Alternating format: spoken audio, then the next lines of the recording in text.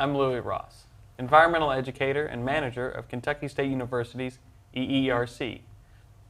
Today we're going to be doing an activity called Sum of the Parts. It's an activity to take a look at point source and non-point source pollution. So what do we mean by sum? Most everybody can remember attending a large concert or sporting event and being surprised at how much garbage is left on the ground afterwards. Each person in attendance probably didn't leave much on the ground, but with hundreds of people, or even more, doing the same, the total amount becomes larger than expected. Water quality in a stream or a river is directly related to the land uses and natural factors in its watershed. If soil naturally erodes, there will be more sediment in the river and turbidity will be increased. Cutting forests, building cities, and mining all impact the watersheds they occur in. When we talk about land use practices that might affect the quality of water, we are concerned with both point source and non-point source pollution. Point source pollution are pollutants that are discharged from and can be tracked back to identifiable points or sources. Factory discharge pipes and sewage dishes are some of the point source pollution vectors. Non-point source pollution is contaminants that can be undefinable, meaning that they are a pollutant that could have come from many places. Runoff from agricultural fields, oil filtering from urban areas, and sediment eroded from stream banks. So today we're going to be looking at an activity that sort of makes you think about how we directly affect the land that we live on. In this case, students, Ian and Caitlin here, will be asked to develop land that they've been given on a riverbank. So they've put together a few different layouts of different businesses and lifestyles that can be part of a river community. So, Ian, do you want to explain? Sure. So furthest upstream, I'm going to make apologies now for my artistic skills. They aren't the greatest in the world, but hopefully you can tell what I've drawn. So we have a factory here. So this is just a concrete building right up along the riverbank. We've got a parking lot over here. And here is a discharge pipe. So this factory is discharging its waste right into the river. That about covers the factory. And so next down the line, we have a farm. So this farm is also up against the river. Over here we have a barn. This was my attempt at a barn door. We have a tractor out here on a dirt road. We have a cow field over here. You can see the cows have access to the stream here. And we have a crop field over here. I've drawn wheat, but this farm also grows potatoes, which you'll find out more about in a minute. So I have drawn a potato store that sells all the different types of potatoes that are grown on that farm that Ian just showed. So for this potato store, it is a superstore. Pretend these are cars. The road comes all the way down to the riverfront, so you get a nice little view of the river from the store parking lot, if that's something that you like to do. We've got just all of this waste and all of these cars that are putting out all sorts of stuff.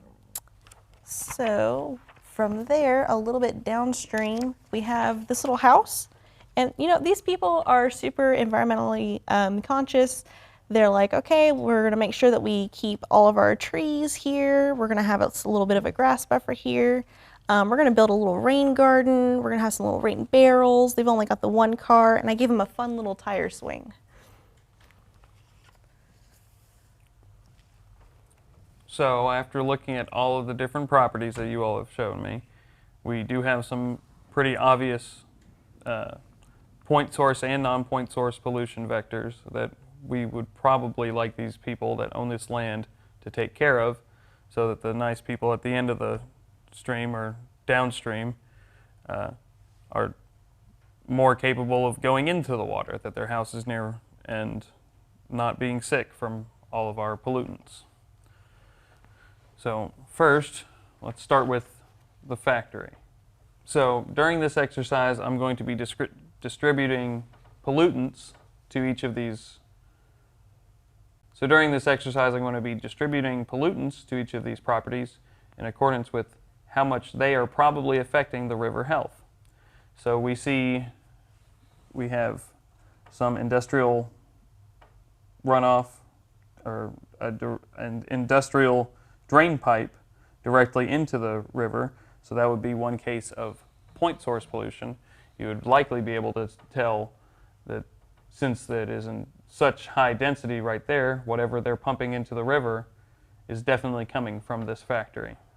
But we also have a parking lot that is right next to the river, and we probably see that again later on. But we have that there, and any sort of leaking oil or fluid from the vehicles could be going directly into the stream. And then just from the factory itself, there's likely some output that is coming from there that is less likely to be caught if we're looking at it from the pollutants themselves, because they would be a non-point source polluter. So for this property, I'm going to be giving them a pretty hefty chunk of the pollution because they are directly pouring into the river. Can you catch that? Oh. Then for this next property, we're going to be focusing on probably their dirt road that their tractor is driving on right next to the river. They have cows, like Ian said, with access to the river, so they're drinking directly from it and they're walking across it, increasing the sediment that is going to be released in that stream, and then also probably defecating in it. Then we also have some crop field over on this side that seems to be right next to the river as well. So any pesticides or herbicides that they're going to be using there are going to run off directly into the river as well. Ian, can you see any other problems with this one? I think that's about it. Good. So they're probably going to have a pretty large impact on the river quality, maybe even more than the factory, because they are directly inputting sediment at such a high volume and biological matter from the feces from these cows and volatile chemicals from those pesticides and herbicides.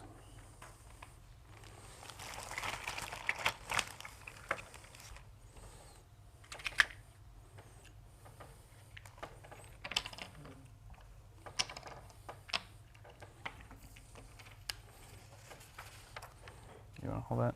Explain or no? So next property, we have a potato store, which might not be a factory, but these urban settings are also a very high impact on the watershed. So we see here we have a whole bunch of cars in the parking lot. So like we said earlier, they're likely going to be leaking oil, maybe not all of them at the same time, but older cars as they get later in life end up leaking more and more oil. We have a road right next to the river, which we're going to have a high likelihood of not only the fluids leaking from the vehicles, but in some cases air pollutants that seem non-volatile directly to humans, such as so heavy metals and emissions from automobiles end up contributing to the health of the watershed as well. We also have a dumpster uphill from this stream, so you're likely to get some runoff from that as it rains and fills with water, and then you have biological and abiotic factors running out of there with the water. Not much more. Possibly these grassy areas are what we consider well kept for urban areas, but that normally means using a lot of pesticides and domestically available herbicides, so they're likely to be very strong They kill everything but the grass, so they're very likely to be used in urban settings like this. I think that's all I can find on there. For the potato store, they are also going to have quite a large impact. Maybe not as direct as all of the sediment developed or put into the stream by the farm or the direct pollution from the factory, but there's still going to be considerable runoff. They get a little bit less trash.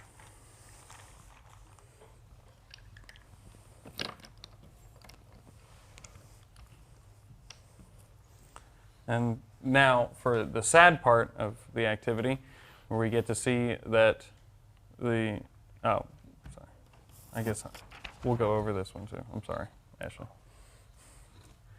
So next we're going to look at the property down at the very end. And we see that they have built pretty far from the river compared to everybody else. They have something that we would call a riparian zone, which is an area of land covered by vegetation and oftentimes multiple levels of vegetation, so things on the ground around people height and then in a canopy as well that are able to handle the both erosion from any activity going on upland and runoff chemically. So they probably have a very small amount of pollution that they're going to be putting off.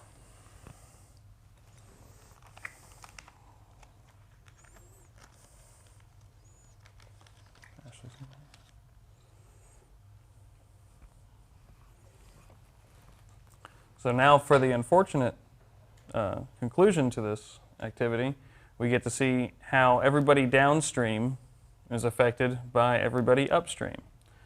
So, Ian, do you want to hand off the factory's pollutants to me? I sure will. Since the river is flowing downstream, our pollutants are going to do the same.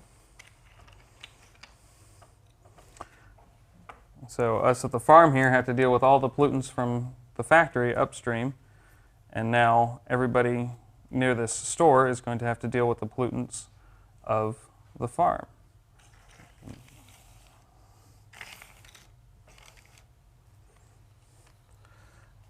Now, everybody at the farm's pollutants have run off, and they're going directly to the people downstream that would just like to be on their own and aren't polluting very much themselves. They have their pollutants just filling the waterway. And that same process continues and compounds throughout the whole watershed onto bigger and bigger rivers, but at the same time collecting larger and larger loads of pollutants until they are dumped into the ocean. So, what can we do to prevent some of the pollutants that we have ending up downstream? All right, so if we go back to the factory owners have decided that they want to limit their impact on the river. So they've made some changes. So I'm going to switch this drawing out with an improved version. So you can see a few differences between this one and the last one. The factory is not sitting quite so close to the river. The parking lot especially is not sitting so close to the river. We've established a riparian zone down at the bottom near where the factory discharges. And the factory is no longer discharging straight into the river. They've built a retention pond here to trap all of their discharge. And so we've also put vegetation around the parking lot. We've put vegetation, this is something we would call a bioswale, in the middle of the parking lot to capture any water and runoff that comes from the parking lot. And you can't see it in the picture, but they've actually replaced their parking lot asphalt with permeable pavement, so the water can flow into the ground rather than running off into the river. And then over here, they've just installed some gutters that run to a rain barrel to try and keep more runoff from running into the river. And so then moving on to the farm, this is what we had before. the farm owners have decided to try and limit their impact on the river as well. So we're going to switch this drawing out for a new and improved one. So we can see some similar best management practices taking place. We have a riparian zone along the river. The farmer has fenced off their cows to keep them out of the river. We've also established vegetation all around the crop fields to try and keep everything limited to that area. We've moved the dirt road away from the river, and we've built up a berm to try and keep all of that sediment from the dirt road right there in it. And this may look like an Easter egg, but it was my attempt at a rain garden. So any water that does come from this road is hopefully going to be captured by that rain garden, keeping it from going into the river. Okay, so this is the new and improved potato store. So all of the parking lot has now been replaced with permeable pavement instead of blacktop. We've stopped using a lot of the chemicals that we've been using to regulate the grass. So now we're going to see a bunch of those wildflowers and everything pop in there. And there's going to be less runoff from all of those fertilizers, all of those herbicides and pesticides. We've also established, and they kind of look like cauliflower, please excuse my trees, but we've also established a little bit of a riparian zone right here along the edge of the riverfront, and that's going to trap a lot of those pollutants, a lot of the sediment and everything running off into the river.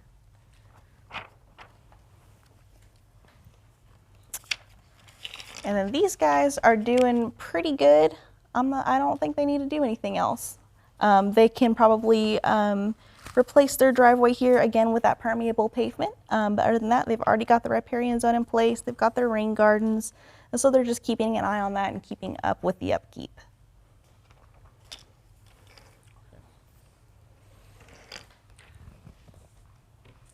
So, in the case of the factory, they've started a lot of these best management practices for managing land.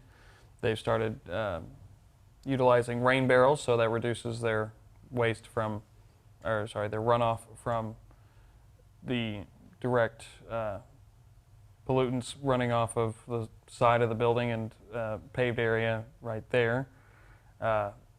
We have a riparian zone built up between the new retention pond that they are dumping into, so that develops a bit of a buffer there and will also help hold some sediment and prevent that from flooding into the river. They've resurfaced their parking lot so that it is a permeable cement mixture, and then also it seems to be sloped so that they go to so that any runoff goes to the bioswale in the center instead of running off towards the river. They've also got vegetation around it. Their retention pond there hopefully will be treated at some point, but that will be keeping direct pollution from the river and would only really affect the river in terms of non-point source pollution in events of extreme weather when you have a flooding event. So they have reduced their pollution considerably, so they end up only producing a little bit now.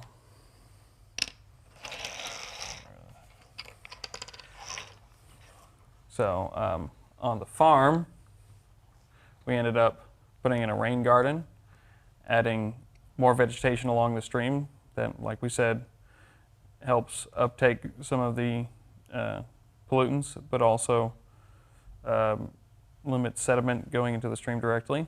They've put a bridge over their smaller stream that leads into the larger one, and they've also surrounded the they've also surrounded the cropped area with larger trees that are developing a canopy and probably a buffer zone of their own. Their cows are fenced now, so they're not directly drinking from the stream or the river, and they are also not defecating in it. They've also added a berm along their road. So with all the things that the farm has done, they're likely to limit a lot of their impacts, and they are making a lot less pollution themselves. The potato store has added a small riparian zone along the river of mixed vegetation. They've also stopped treating with herbicides and pesticides on their grassy areas, and they've covered and locked their dumpster so they won't have as much runoff from that as well. And they've repaved with permeable pavement so that they are able to sink runoff water into the ground during high rain events instead of having increased flow into the river. They end up with considerably less pollution. The people at the end of the stream, just in their house there, they weren't producing very much pollution in the first place, but they themselves have to deal with all of it. So they probably are producing a very small amount as well. So when we collect everything up and push it downstream, we see that the farm still deals with the factories, but since both of them have been managing their impacts, it is a little bit less dangerous for them to use the water. The potato store now has to deal with everybody upstream's pollutants, so they're dealing with a lot less than they were before. And once again, we push it downstream to the people at the house. So this is a considerably less drastic amount of produced pollutants to deal with, so possibly they might be able to fish in there and have a healthy stream to look at. Thank you for joining us for this activity, Sum of the Parts. You can contact me at lewis.ross@kysu.edu.